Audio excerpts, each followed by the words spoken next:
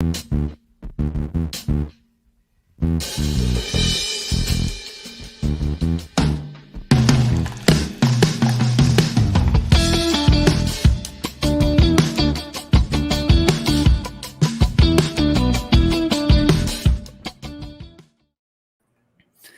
evening, good morning, good afternoon, wherever you are in the world.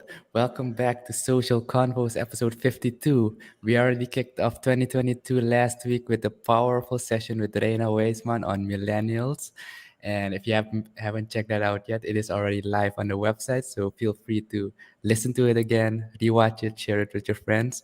But now it's time to talk about 2022, about us, what we're doing with Convos. So I'm your host, Diego, together with Shanluk. So, Shanluk, welcome to Social Convos in 2022. Yeah, so like you said, we already kind of kicked things off last week with Reina. And it's funny that you mentioned millennials because there are also different shapes and sizes. I think the topic we're going to discuss today, well, one of the topics that we're going to discuss today might not be everybody's interest, but we're going to talk about general interesting stuff as well. And we're also going to allow for a little bit of chit chat between the two of us on which direction we want to go with 2022. So first off, how has your first yeah, I can't even say a couple of weeks yet, but how have your first 10, 11 days of 2022 been so far? It's been, for a lack of better word, it's been a bumpy start for me, just to say the least. Just some, some developments in the world, developments with the pandemic and just economies in general and policies and everything. Things are shifting in ways people don't even realize yet. And I'm starting to see some of the effects personally on me. So yeah, but without adversity, there can be no progress, right? So It's crazy. Let's talk a little bit about this because like like like COVID is kind of it's being used and maybe not even intentionally by some people, but definitely intentionally by other people's.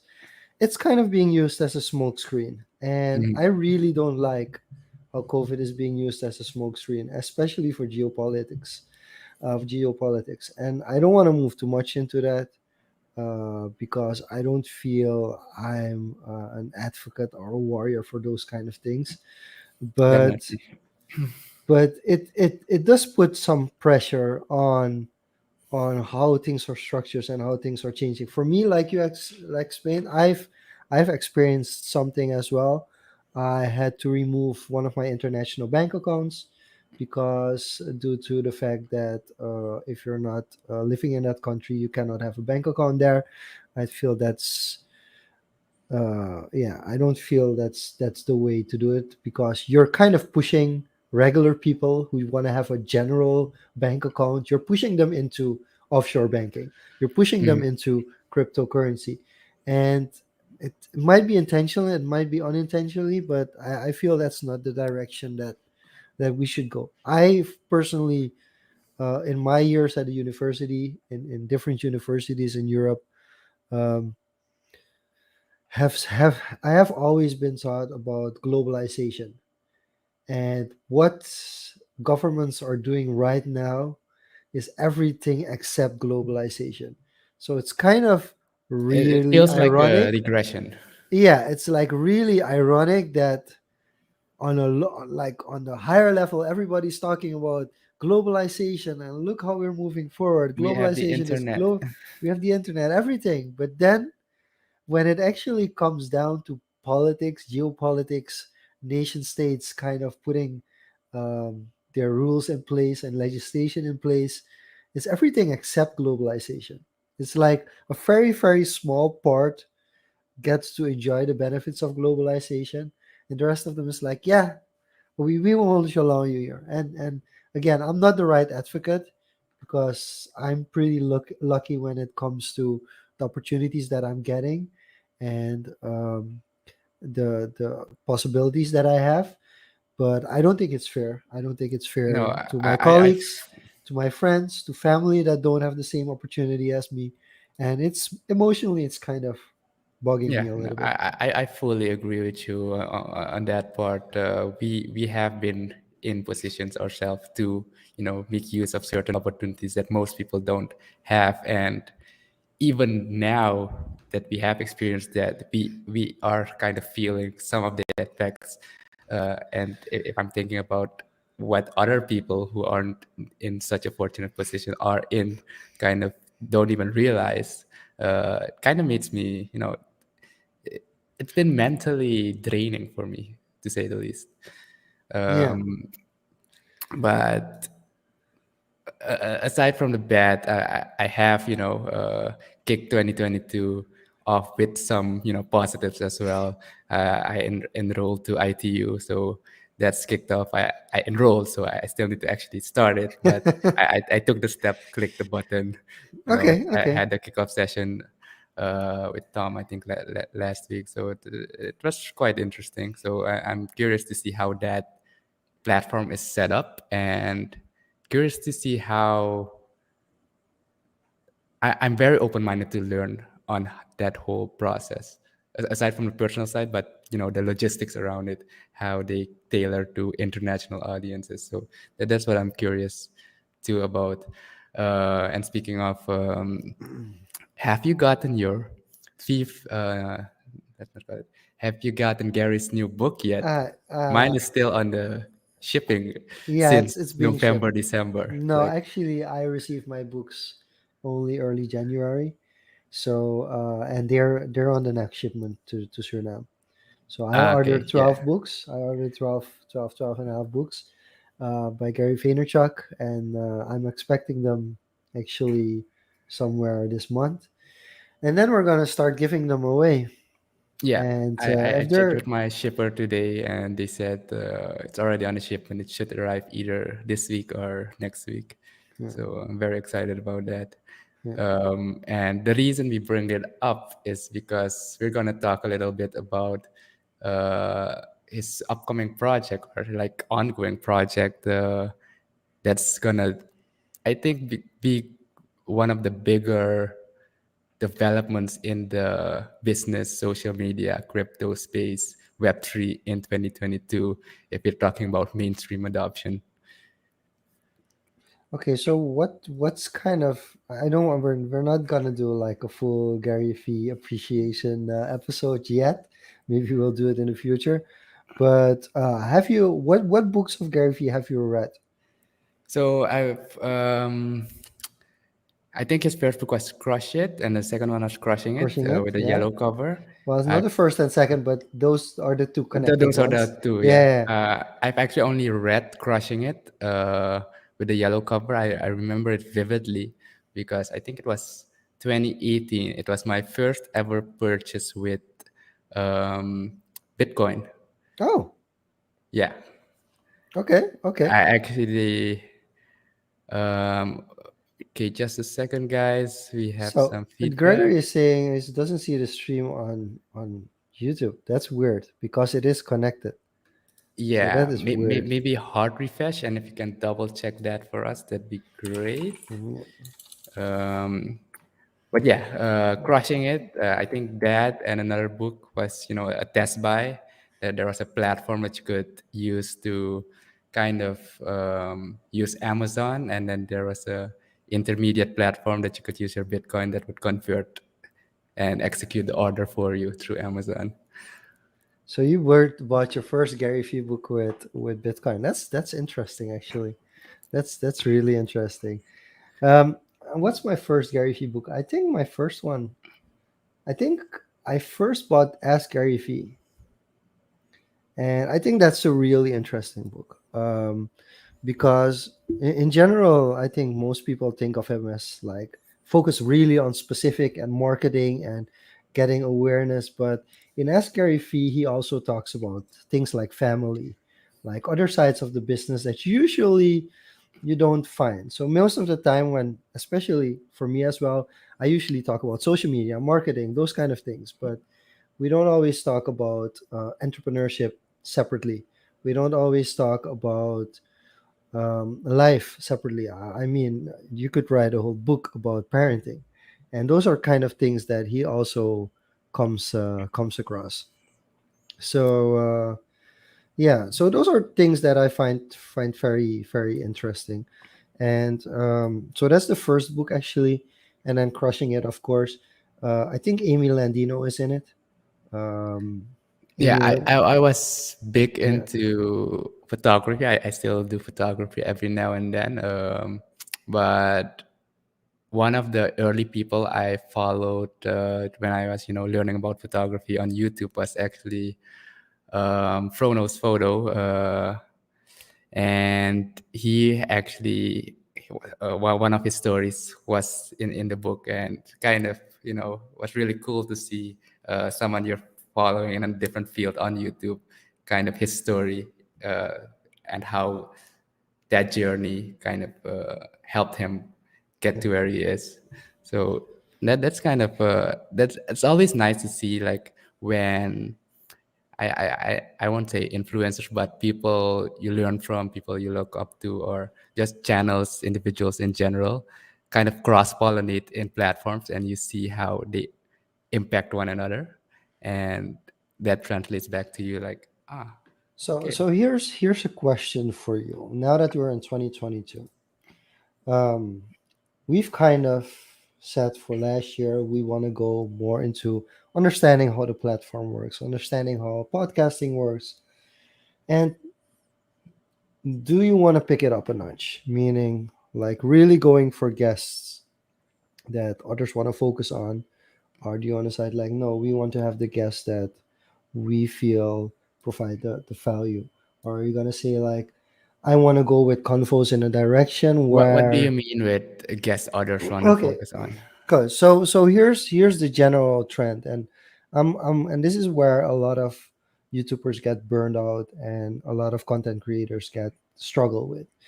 At a certain point, especially as you grow and you get a certain audience and you connect with the audience, you're gonna create more the content that the audience wants to go towards. And to do that, sometimes you're gonna have to focus on things that you don't particularly like, but True. you know it gets a certain awareness, you know it gets the word out, you know it gets more popular. And of course you have to find a balance in it, but to find a balance you first have to start and going like what they call the commercial route. Or do you want to say like, yeah, but this is an underground pod and people that want to find it will find it, and we're not gonna go into the nitty gritty kind of a promotion hard on taking it to the next level, spending 30, 40 hours a week just on this podcast.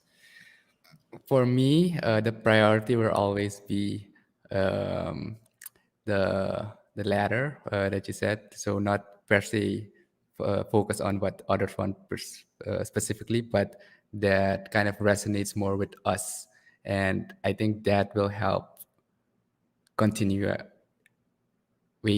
of producing. And I do agree, if we want to get a bigger audience, etc., etc., sometimes you need to adopt mainstream, but I think it should not go at the cost of sacrificing that personal value that you get out of it. Otherwise it becomes just another job, and I don't believe that this platform that we're doing now should become another job, uh, You want to because stay away from the job task kind of list of yeah, yes, of this, course we this. have Yeah. structures, etc., but Mm. that is just to, that's not necessarily a job, but it's more like a commitment, a discipline thing to personal responsibility. uh, and you could label it as a job to a certain degree, and put a price tag on it, etc., but I would prefer not to go that route, because it at a certain point I feel like it will create a box in things you need to move, some constraints you need to move in, and that takes away from the enjoyment, the freedom. Of course, you always have, creative block, writer's block, etc., but that is naturally occurring.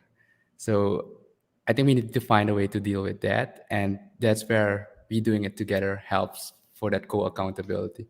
Because believe me, I said it many times before. If we didn't do this together, it might have probably 80% chance that it would not have reached 50 episodes last No, year. of course not. Of course not. But then you also get to the other things like, okay, the topics and the guests. I mean, that's the Yeah. main thing. And I think also, um, of course, we can look at the statistics and say like, hey, if we got Surinamese people in, of course, a lot of people are gonna watch. If you get a Surinamese person in, it jumps up 200, 300% when it comes to people joining in. And some cases, it feels like this podcast goes a little bit too much meta. It goes a little bit too much NFTs towards kind of the capital Confoes thing. And on the other side, it's like, okay, but what do we want to go? What do we want to do with that? Is that something that we're saying like, first of all, we're doing this for Suriname, but also for an international audience. Secondly, what's the direction that we want to go to? When we go to financial independence? No, that's what capital Confoes is for. So we have to find the proper guest that people will be like, hey, this sounds like interesting, but also realize that all those different topics can be confusing sometimes. So you need kind of a stability factor kind of built in.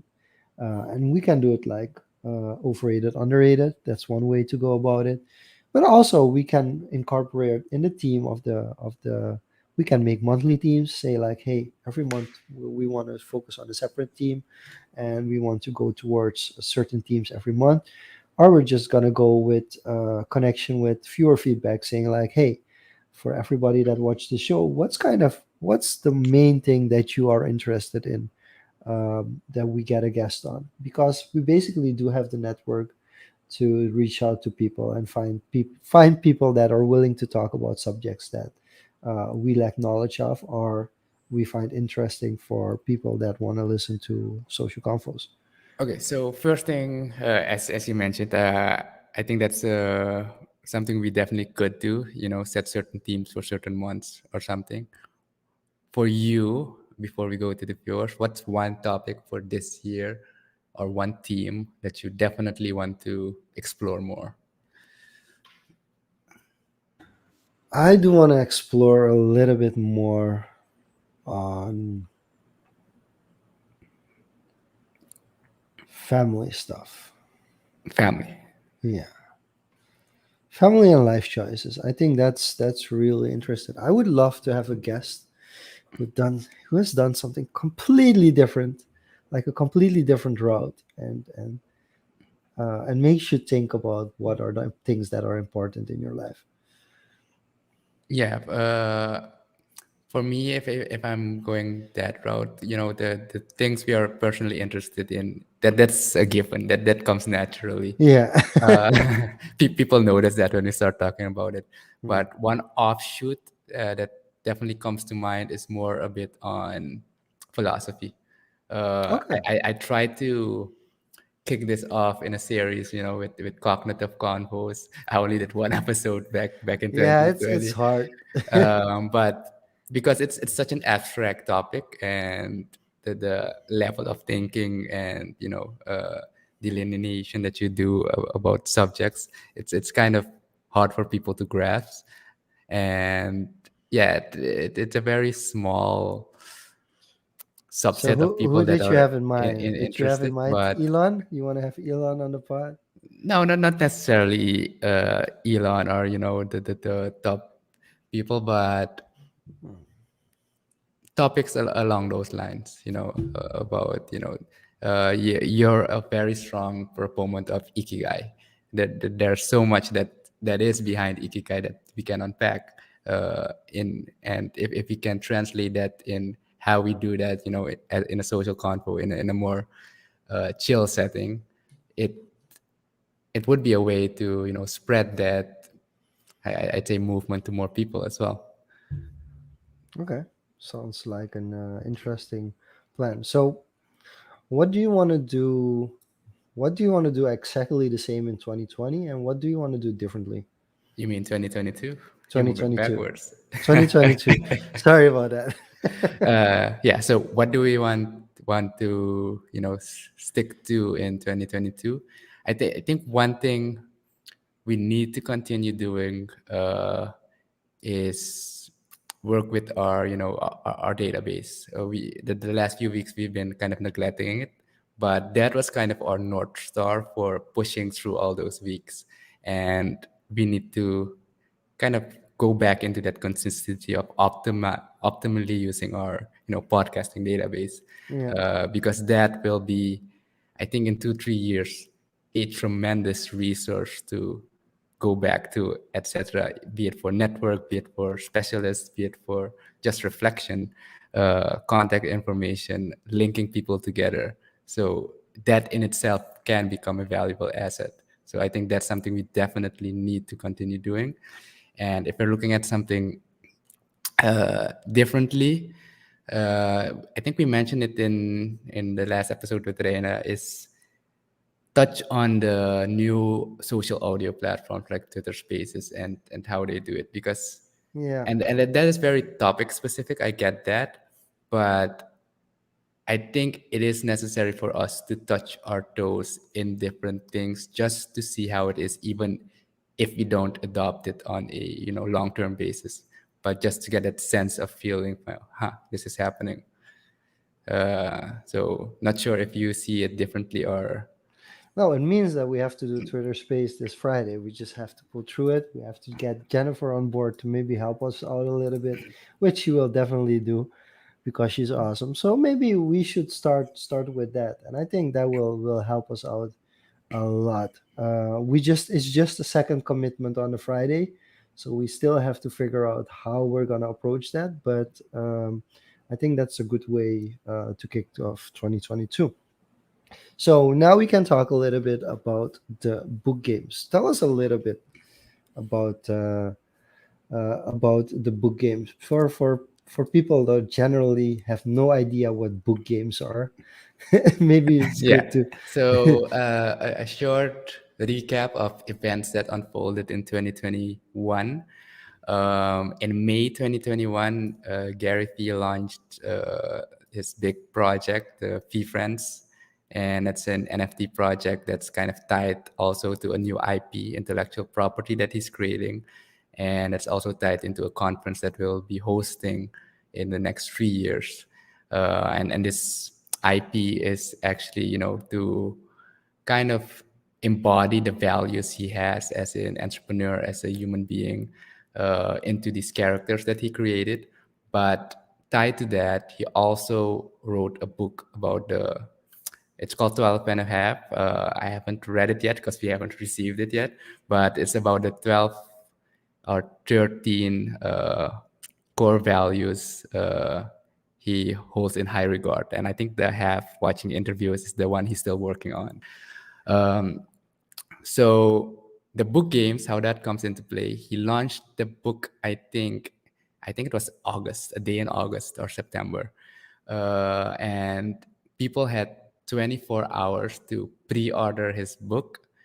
And if you ordered at least 12 copies of that book, you would be eligible to receive a accompanying NFT to that book, and that would in turn become a social game that you would play in the market that would either give you the possibility to grant you access to the conference or other benefits that you could upgrade to, kind of like a token if you missed out on his original VFriend launch. And it will also give you a access to this year's version 2 of VFriends that he's going to launch. So if you don't own a book game token, you cannot get early access to the new launch. So that's kind of how he gamified launching products, which is a very interesting way to do it. And he's using, the new wave of technological developments in Web3 to do this, like a physical product, integrating into a wider ecosystem. And why we bring that up now is because I think yesterday was the drop of all the book games token, this distribution. I have yet to claim mine. I kind of saved it up to claim it today. Um, but Yeah, I I'm did check trying to some figure developments out. within the market. So as you look through it, what were your impressions on book games having passed on P Friends version 1 and going into 2022 now. I have to be honest. It's For me, it's already getting too technical. I have to be completely honest. I mean, I'm watching the screen right now as we talk, and I'm connecting Immutable X to MetaMask, and I have no idea, Diego, what's going on. And I think this is the biggest problem that a lot of people that are slightly interested in Web3 are struggling with, is that it's at no way yet, it's not really gotten to the adaptation stage. So that makes it really difficult. I'm reading the blog that you sent to me with all the information on how everything works. But for me, it's like one big adventure, and you gotta really love adventure to really enjoy this experience. That's for me. It also, I mean, maybe if I played Gods Unchained like you did, I've already connected with Immutable X, understood how it worked. But so my main concern with these kind of things is it's so difficult for like the general public to understand, that it kind of becomes like this in crowd. And while I do enjoy it, I mean, I stepped up my NBA Top Shot game. I'm now top 20,000 in the world, which is not really that much.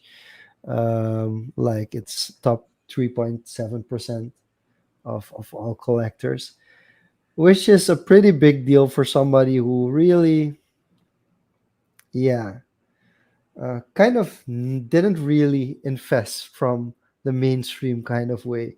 It's kind of uh, What Ethereum gains and would you say where means it's mainstream now? Or no, not at all, not at all, if not you had to rank it from a scale from 1 to 10, 1 being the least mainstream and 10 being like full on mainstream, where would you place Web3 and NFTs right now? Web three and Just feeling it out NFTs at still at, if you compare to Facebook, at 1. at one, like I would maybe put NBA Top Shot at three. Hmm. I would put Splinterlands maybe at two, but like the rest of it, like it's so not mainstream at the moment. People have no idea. Like it's no, it's like a cult. It's like the fact that there are 125,000 book games NFTs, considering people have multiple. So like, how many people are actually participating in this at the moment? Yeah, right. That brings up a good point because I'm in the Dutch NFT community, and one of the guys had like a few thousand books, and Yeah. it's just ridiculous.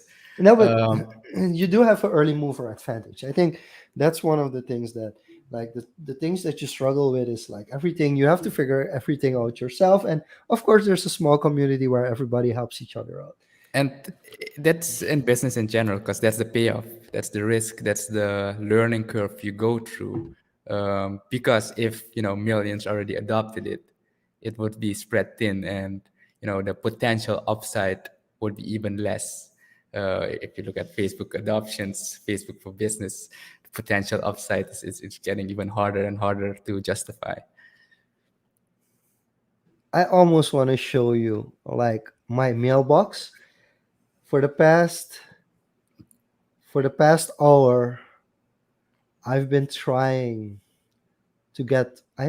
Been sniping like $1 moments on NBA Top Shot, and I have failed close to 50 times.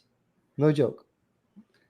I've been trying to get. I've at least around 40 times. I've tried to get a $1 moment on NBA Top Shot, but I'm not only the one trying. Hundreds and maybe a dozens of other people are. Well, So maybe 100 of other people are at imagine the if it same was time trying to get the same moment, and it's imagine if it really was annoying. mainstream at a rank of 6 or 7. If it was mainstream, I wouldn't have a chance. But now I already don't have a chance because the internet connection is slower. Just the processing, it didn't go. I mean, like maybe 5 to 10 times I came close like it was already like in the final stage of processing, and there's like one or two people that are battling with me who's gonna get the moment, and they won one, and I lost all of those 5 to 10 moments that I came close. So it So just gives you, yeah, yeah, just a quick side note before we continue. That mm, you mentioned that we had Moreno Jackson on like last year as well, and he is also into the space, and his platform where he's VV, heavily yeah. active is BB, the Marvel comic space, and I think every Thursday at 12 something, he sent me the schedule. They have their weekly drops, and he is really committed to like.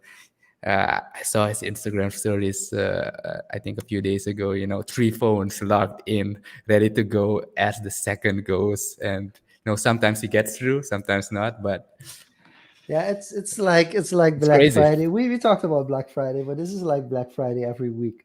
It's kind of that kind of, I don't think, and yeah, if you're not into those kind of things, I'm also like, how often are you going to participate? So, for instance, today I won a pack, season, a series 2 pack. So last year's pack, which is now more valuable than the packs from this year, and I just won it because I followed the live stream and I commented, and I did that 5 times, and one out of the 5 times I actually won a pack, and that pack, if the value is probably around 30 to 40 bucks. Like I got Mm. it for free for just commenting on a live stream. And these kind of things are kind of the new incentive ways for people to Engagement. kind of engage. And um, Engagement for reward. I definitely see that happening a lot more on Twitter, on Twitch. yeah, and then you get into the situation where, okay, but this is gonna fall, right? This is kind of like, it's a bubble. Is it a bubble? And that's, I think that's also one of the things that Gary is kind of telling people, like, listen, don't go all in if you don't know what you're doing. Don't just think like you're gonna be a millionaire next year. Yeah, And I think that's also something that, because a lot of people are just in it for the money, and that's often where it just goes wrong. And not just with NFTs, but just life in general. yeah, As soon and as people just move into money, money, money, it's, yeah, it loses its value. I love how Tom frames it. It's don't go in it for the money. Go in it with the intention to learn. At least read about it, even if you don't make the step. Just read about it, learn about it, and then base your decision on the information you have gathered.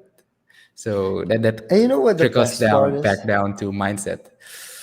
No, but But you yeah. know what the best part about this is, about the communities, is like, there are actual people that do the hard work and the hard research for you, and kind of have decided to just go to YouTube and share all the Hmm. information.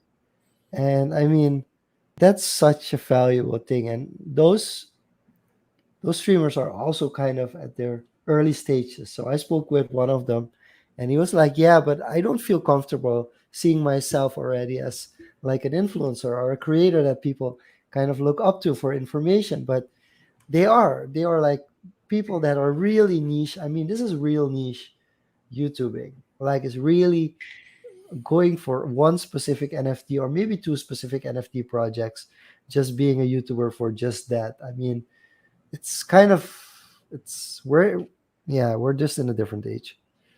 Yeah. And I'm really enjoying the fact that it's not the company or the organization that's behind it, that's the one explaining it.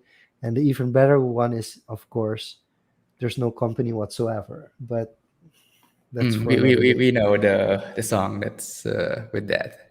But yeah. That's about to play. So shall we look at So the do we website? wanna, should we go and claim or um Uh, yeah, so let me pull up the screen and then let's just go through some of the basic stuff and then see how that goes. Share window. Okay, so I got this open right here. Is it visible? Visible, right? Yeah, Yeah, it's here we visible, go. including your So whole icons and everything. yeah, useful Yeah, extensions, ad blockers, yeah. dictionaries, uh, time spent on certain apps, productivity trackers that I haven't checked in years, Oh, awesome, Amazon awesome. trackers. But yeah, going to the website Book Game, so shortly explain it. So these are kind of the NFT tokens and the amounts of how And many the tokens there ones. are and how, and some people might look at the art and say like, What is this? Is this even worthy?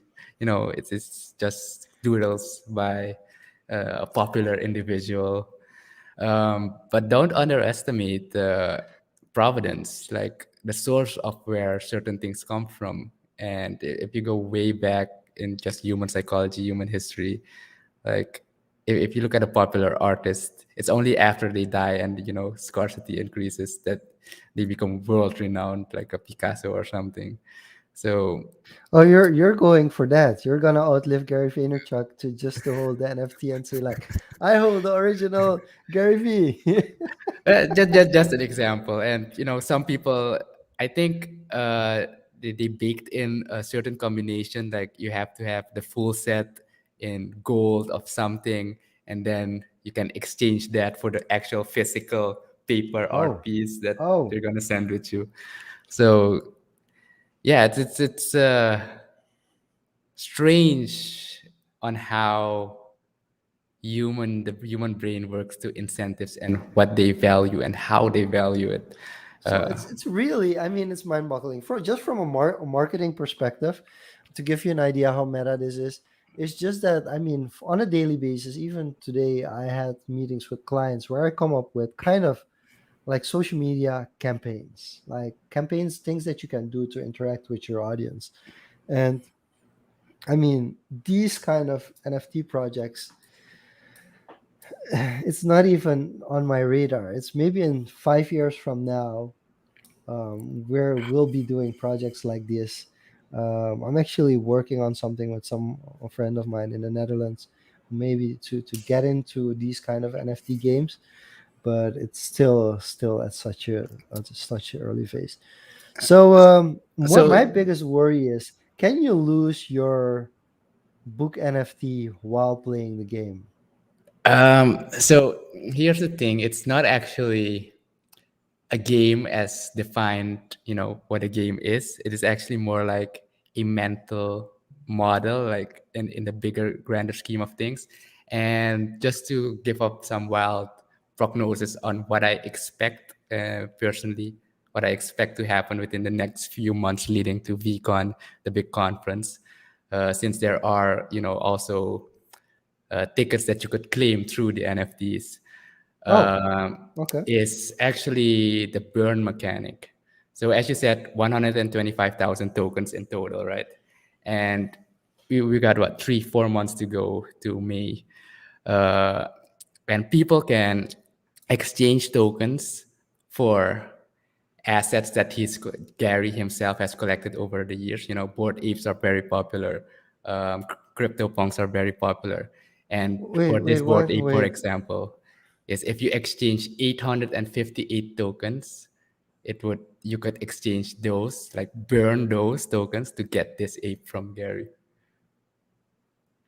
What? Yeah, so he built in, if you're talking about the game mechanics, like the tokenomics behind it, people burn to trade, exchange it for another asset within his collection, reducing the total supply of the tokens in circulation. And these tokens This are is also nuts. your whitelist to, version two. So as the supply diminishes, and the people who want tickets from the Gary originally owned fee friends need to exchange a certain amount as well to burn those. So the supply shrinks. So there's going to be, I predict, a whole market supply and demand within the next few months, especially for the rarer, harder to get tokens based on the rarity table. You've got to be shitting me. Sorry. Sorry, I cannot hold in my laughter. So what I'm actually gonna do is I'm gonna claim my book game token. Yeah, so Yeah. basically, let's go through that now and see how that Okay. goes. Connecting here, and let's go through this. So the other thing is the big thing with VFriends 1 was that it was on Ethereum, like layer 1, Mm, and the gas fees, if you're familiar with Ethereum, are ridiculous. Like a single transaction, contract transaction was like at a peak, like maybe $150 just for yeah. the transaction, and there's a chance to fail. So they moved the book tokens to layer 2 on a new platform, Immutable X, and they're using token trove. And the great thing, as you mentioned, I'm playing Gods Unchained, and fortunately, they're also using that layer 2 solution. So I was already familiar with the platform before the book games got launched. So it wasn't too new for me. Um, but yeah, let's see if we can make the connection happen. Okay, so what we're seeing here is firsthand. Does it have a pack? Does it open up, or do you just claim your your token? So it says I'm not connected You here. have to go down to the bottom. No, you can just go. I already did it. So you can just go to the bottom of your screen on the FeeFriends website. Where is the bottom? On the bottom, if you go to feefriends.com/bookgames, yeah, you go down. Just go down, and then on the right you'll see Immutable X, which you can connect. Oh, okay. I don't Oh, understand okay, why wait, it's there not we go. connecting. Ah, there we go. Connection. Okay. Need to link this. I already did this. I guess not. You are seeing this happening live. Yeah. I'm patiently waiting just because Diego is going to show us a little bit more than I'm going to show you guys. I'm just going to show you the guys the claim, and that's it. But I might even open a pack on stream a little bit Okay, later if the so internet yeah, connection is good enough. account Okay, so links. you can claim your book game tokens. Let's Awesome. see what happens. Let's go. Ooh, 3 tokens. Transferring token. Nice. Okay, your book game So you got tokens. 18,000, 18,000, and 90 something thousands. And Yeah, then so you can I go see to two of token those were inventory, consecutive like numbers. I bet those were from the orders I placed the same day. And then the next day I was like, no, I need to Barnes get and another set. Noble. Yeah. Did you also get Barnes and Noble? Yeah, I got the last set from Barnes and Noble. Ah, okay. So you have a good opportunity of getting something rare. Well, let's see. Let's see what happens. So view your book tokens. Let's see what you got.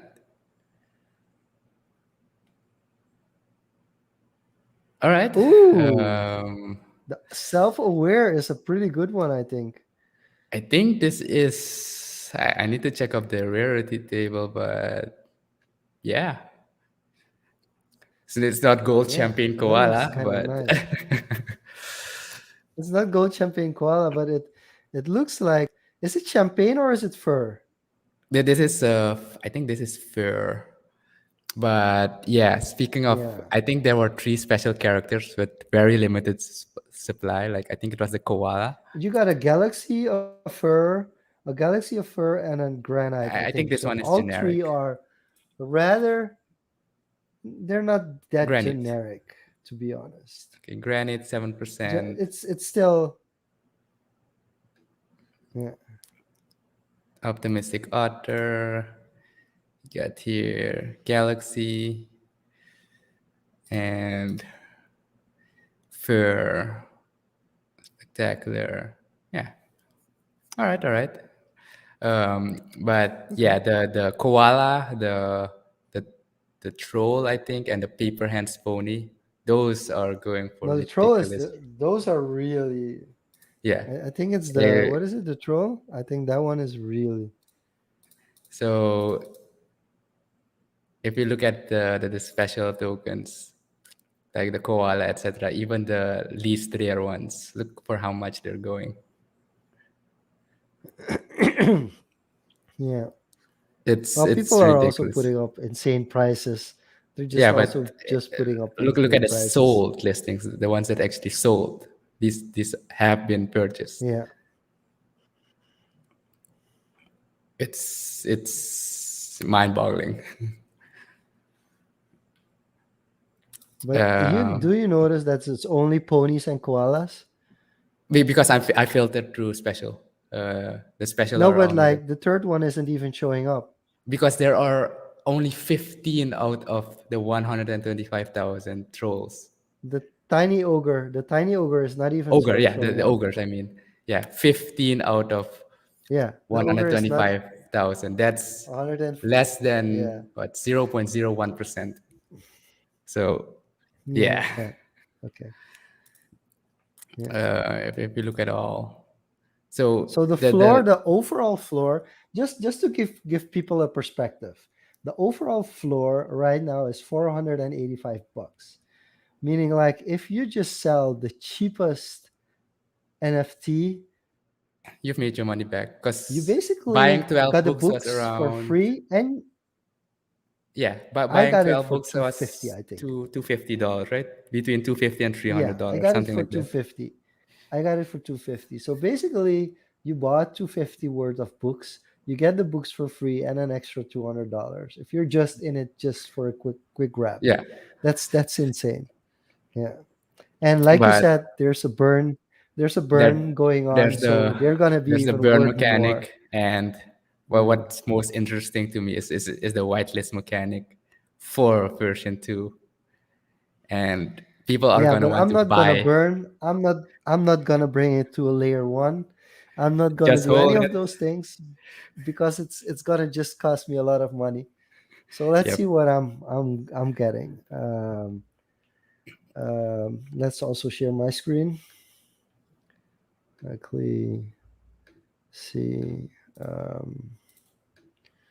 free rent. So I'm not as popular as Diego. I didn't put that much into it, but I did buy myself a couple of Hey, books. if you get a tiny ogre,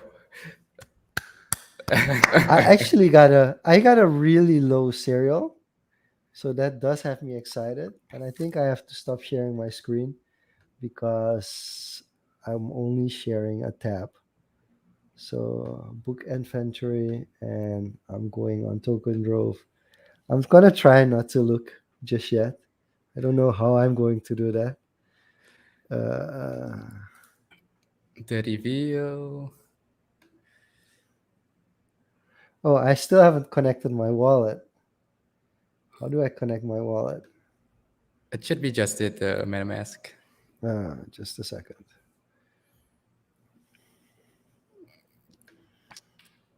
But yeah, I am definitely this kind of faded out, the rough start of 2022 and kind of put a grin on my face again. A Okay. galaxy. Oh, that looks. Oh, love of optimism. Oh, yeah. I'm enjoying it already. It's not at the bottom, so hey, worth everything. Yeah, it's bubblegum with galaxy. That's pretty cool. Yeah. And what does the fee friends count mean? So I think I figured it out. So the fee friend count is how many fee friends are featured within this specific artwork. So there's a optimistic Oh, order featured in this artwork. oh, So I didn't get it at first, and then I went through the gallery, the directory, and I went through them all, and I see two. Okay, empathy, elephant, and the wine, two free friends. Then I made the connection, like that's what it is. okay. So he loves with his Easter eggs and stuff. Yeah. So Oh, I I'm I actually think I'm actually pretty excited about that this. that's it. How it's gonna play out later, I don't know. Okay. I'm But really this is a very nice one, I'd say. it's a pretty nice one. So just to give people an idea of its love of optimism, which is kind of I like how. these are so generic that they always fit your personality. I think that's pretty cool. Hmm. And it's a bubblegum wrap with Galaxy, and Galaxy is actually one of the rare frames. Yeah. Let's see. It is actually one of the rarer frames. Let's have a look at how where can I find the frames, just the frames, attribute token frame, Yeah. bubblegum. So definitely champagne is the rarest at Yeah, 0.5%. Then we got emerald and pearl, and then I think galaxy. Galaxy is in fourth place if you're yeah. looking at the frames No, alone. actually, no. It's champagne, neon pearl, emerald, rainbow, and galaxy. Ah, rainbow. So But fifth. it's in the six, but it's one of the rarer ones. I don't see like okay. Let's look at the listings. Um, So you need to go to browse all book games, like bottom left, where do I do that? under clear filter, bottom left. Scroll down. Oh, Yeah, okay. yeah, yeah. The site, in my opinion, needs a bit of a UI refresh. So let's just look at Galaxy.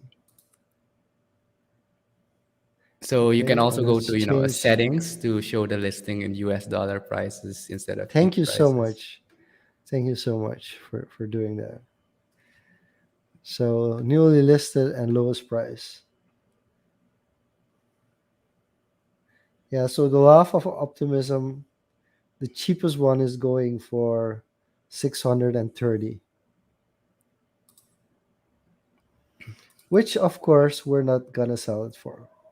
Yeah, I think it has different type of value in the Hmm. long run. So if you're talking about games, I think then that is the long-term game. How I'm interpreting it as how people go with this. Are you gonna burn it, flip it, use it, hold it? That Man, is the game. this is something else. It's I can't place it in anything yet. It's just about utility. And what I've realized, come to realize, like organizations that are doing this, like the big organizations that are doing these kind of things, they don't. How do I say it? They really don't. They don't sit still. Like there's No, continuous, continuous movement, really continuous movement going on. And basically when there's like a down cycle, if you get like this downfall in prices, it picks up within a month. There's already it already changes. one thing I do So want to bring up with mm, the developments and just looking at how Gary and Tom build their company, and if you're looking at from a people's perspective, just having observed on how everything is structured. Of course, you have the big corporate side with the legal and everything, but if you look at the people that run the communities, kind of the face for support and teaching, I think they had like a 24-hour YouTube stream helping people go through this whole process of connecting everything. And May, one of his moderators in the Discord, so I expect someone in their mid 20s just going through that. There's opportunity, not so much different from us. If you look at ineffable individuals, there's opportunity in every space. you just That's have just to one thing. commit. I Yeah, think you just that's have just to one thing commit. I've Yeah. noticed. So, like for instance, like a lot of big community members in the MVA Top Shot space, they got recruited by Dapper Labs or by a company that's really building this stuff. And like today in a stream, I actually found out that if you go and work at the company that runs those NFTs, you're not allowed to collect them. I mean, it makes sense. If you Yeah, work for you're not allowed to collect them. So that's a pretty big thing. So there are actually people that are really good at their job, these companies are approaching them like, "Hey, become part of our team," and they're like, "Nah, I'll rather be a collector." Yeah. No, Yeah, the funniest story after the FeeFriend one launch, and then kind of Gary put it down on his team, kind of put it out there that not even his closest teammates bought FeeFriends one. He just put it out there in the world. but Uh, were they allowed to? They were allowed yes, they to. were. They were. Okay, that's interesting. So That's because he was interesting. the first big mover, and I think even within his company, there were a lot of people who are still very new to the space. Yeah, And I mean 6 months that's later, one. Yeah, but things that's one of the shifted things. rapidly. Yeah, that's one of the things that I'm still trying to figure out. But at least with Dapper Labs, I think if you're working for Dapper Labs, you're not allowed to actually collect. I think they changed the rules on that. Also, because you have insider knowledge, Yeah. so that Is makes it a lot of collect in general or Dapper Lab related projects? Dapper Lab Yeah. related projects, of course. So I feel we have time for a pack opening as well, if Yeah. you want Let's to. go. Um, I'm not gonna open up my vintage and my. So I think one of the great things that they did as well, they worked a lot with getting kind of this, also getting these fandom moments in. So these are really cool things that are considered fandom moments. I'm gonna shrink my screen a little bit so has a nicer uh, feel to it, like this. So Giano keeps every stream we do live. I do live with Giano. He keeps bringing up, but can we open the other packs up as well? And I'm like, no, I just want to keep them, and I don't know why I want to keep them, but I still have to open up three hustle and show packs.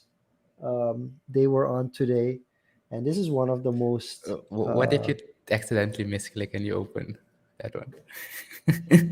I don't think I didn't think I accidentally opened anything.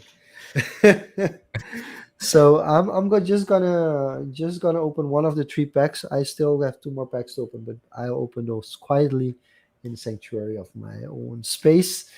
And basically, these are hustle. So these are five moments. One of them is they're all common moments, so they're not really that special. But one of them is actually a little bit more of a special common moment, which is about hustle and flow. Basically, a hustle play that does, and it's one of the favorite sets from last year. So they brought it back, and there's actually a community for people that collected all of the hustle and flow or hustle and show moments of last season. So there's a specific community, and actually one of our collecting friends is part of that community as well. So let's see what we've got. The first one is a dunk by Obi Toppin. I actually, I'm not sure if I bought it, but he had a really cool dunk on this Christmas. He went between the legs, and it was the first time in years. Actually, there was somebody else who did it this season, but I think it's the first time somebody went between the legs to dunk before during a Christmas game. Oh, damn. Yeah, but this is a uh, different moment, and unfortunately, my internet connection is not allowing me to actually view the moment. So we're just gonna open them. Oh, this is a really good serial number. I don't know if you can see it at the top. Yeah, It's a a low number. 3,980 out of 60K. So you have to imagine that these moments already are up to 60K moments. That's how many top shot moments there are. It's insane. We're talking about millions and millions of moments. Another pretty low serial. I think this is the hustle and show moment. Yeah, this is the hustle and show moment. Defin Faso. So these are, you can see it in the artwork. They're a little bit different than the others. And this is actually a specific steel moment. Another low serial. These are pretty good series. So walk And us through, is it always that lower cereals are valued higher? yeah, yeah. So for NBA Top Shot, the highest valued cereal is either the Jersey cereal. So, for instance, for the Anthony Melton, who has a zero, there's no jersey number. But Yeah, like for Gary Harris and Obi Toppin is a special case because one is not only the first series number, but it's also his jersey number. So that one it's a will be very double. Yeah. expensive. Yeah. But here, for instance, Gary Harris is a 14. So the most expensive one is either the jersey number, number 14, or the number one serial. So those are often the most expensive. So even if this moment goes for like $2, I mean, this that one, the Obi Toppin is a 52,000 serial. So this one goes rather cheap on the market, maybe even $2. But if you have the number one serial, that's worth at least 500 to 1,000 bucks. But of course, the chances of getting that out of those 60,000 very slim. So these are really 60,000. These two are 60,000 K moments, and these are 18,000, which, of course, because there are only 18,000 of them. And that already kind of shows you how big the NBA is because this is already 18,000. It's already a limited edition. These run up. Currently, they're at 10, but when you have showcase are 12. But once you have showcase challenges come in where people can collect rare moments, they tend to run up to maybe $20 even. And then it's already worth buying this pack. So that's basically some, and then of course the other serial numbers which are interesting. 75, if you get 75, a serial 75 is really interesting because there will be some utility to it because the NBA turned 75 years old this year or this Mm. season, and the closing serial, so 60,000 or 18,000 is also worth a lot more than, for instance, a 10,000 or a 5,000 serial. But these 5,000 and 3,000 cereals, they're already worth at least $1 or $2 more than, for instance, the higher cereals. Mm. And um, and if you're under 1,000 serial number, it's really good as well. Common. Yeah. So these are all This is common a high number. moments, Yeah. and this is a relatively high number. One of my favorite players, Malcolm Brogdon, was Rookie of the Year a couple of years ago. Really, really underrated player. I like him a lot for fantasy. I think he's actually in my fantasy team. And so this, for instance, this serial number, the 52,000, this, if I already have a moment of Obi Toppin for this year, I might burn this one as well. And burning an NBA Top Shot allows you to get trade tickets, and with trade tickets, you can unlock certain possibilities as well.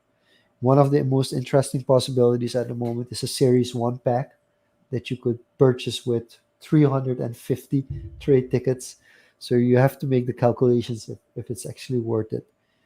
Because if you would buy them on the market, you probably spend around $700 just for a Series 1 um, serial number, which does have, and that's something I have to include, it does have a very big chance, and I think it's almost like a 20 or 30% chance that you get a LeBron James Hey, trade your book championship token for it. badge. Save value. So, so if you get that LeBron James championship badge moment, it's worth around, I think, 800 to $1,000. Then it's worth it. But if you luck out and you get like four moments that are worth $30, then yeah, and then you lost big time. So it's not always good to do that. But this is my lowest pool. I actually had a lower pool with one of the other moments than the hustle and show. And currently, I already opened two packs, so I'm gonna open a couple more and maybe complete the set uh, later on, and then add it to a set.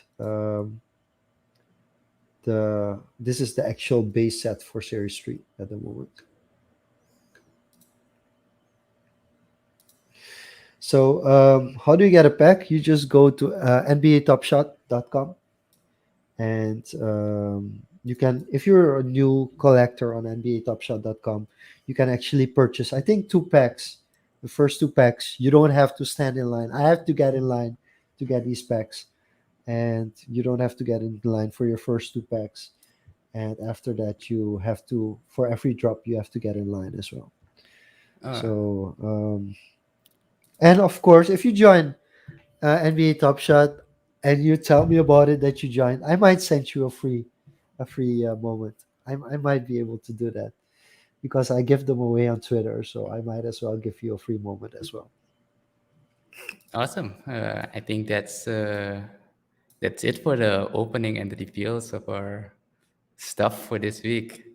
And I think it was a really exciting one too, the book game. So looking forward to April actually. I think April is gonna be the month where things are gonna heat up. There's a lot of heating up. It's gonna heat up next week. It's gonna heat up next month. I don't think we'll have a dull moment, especially with certain projects are gonna hit the bubble somewhere this year, and that will bring projects that have a lot of utility, some extra attention. And I do feel that the projects that we've discussed today have a lot of utility. So it will be interesting to see how the market moves from this. Next week, we'll jump a little bit deeper into NFTs, I guess. Yes, topics we are excited about. So definitely looking forward to No. that. So next week, Um, we're gonna jump into a topic on more NFTs, and we're actually gonna have somebody on who might be able to explain NFTs to beginners a little bit better as well. awesome. So we got the announcement ready for next week. I think we can save our over under for next week with our guest. Um, Definitely. let's not go overtime as we usually do. Our dual episodes usually tend to go longer than than necessary. So I think this is where we'll call it. Thanks for joining in, even if you joined late. Scroll back around the midway point was the highlight point where we kind of unpacked the Fee Friends book games. And I am actually excited to receive my physical books this or next week, and then you know And give we'll them pull them out. up on Or stream and maybe give away yeah. one and on stream as well. Yeah, I think that would be cool. Awesome, With that being said, Diego. Let's. yeah, close us up. Where can they find this episode? So this episode and all episodes, of course, are to be re-listened to on confoes.com, confoes.com, on my YouTube channel, on all podcasting platforms, Spotify, Apple Podcast, and maybe soon we'll check out Twitter Spaces. But stay tuned for that. Yes. Until Awesome. next week. This was Social Confos. Next week, same place, same time. Bye bye.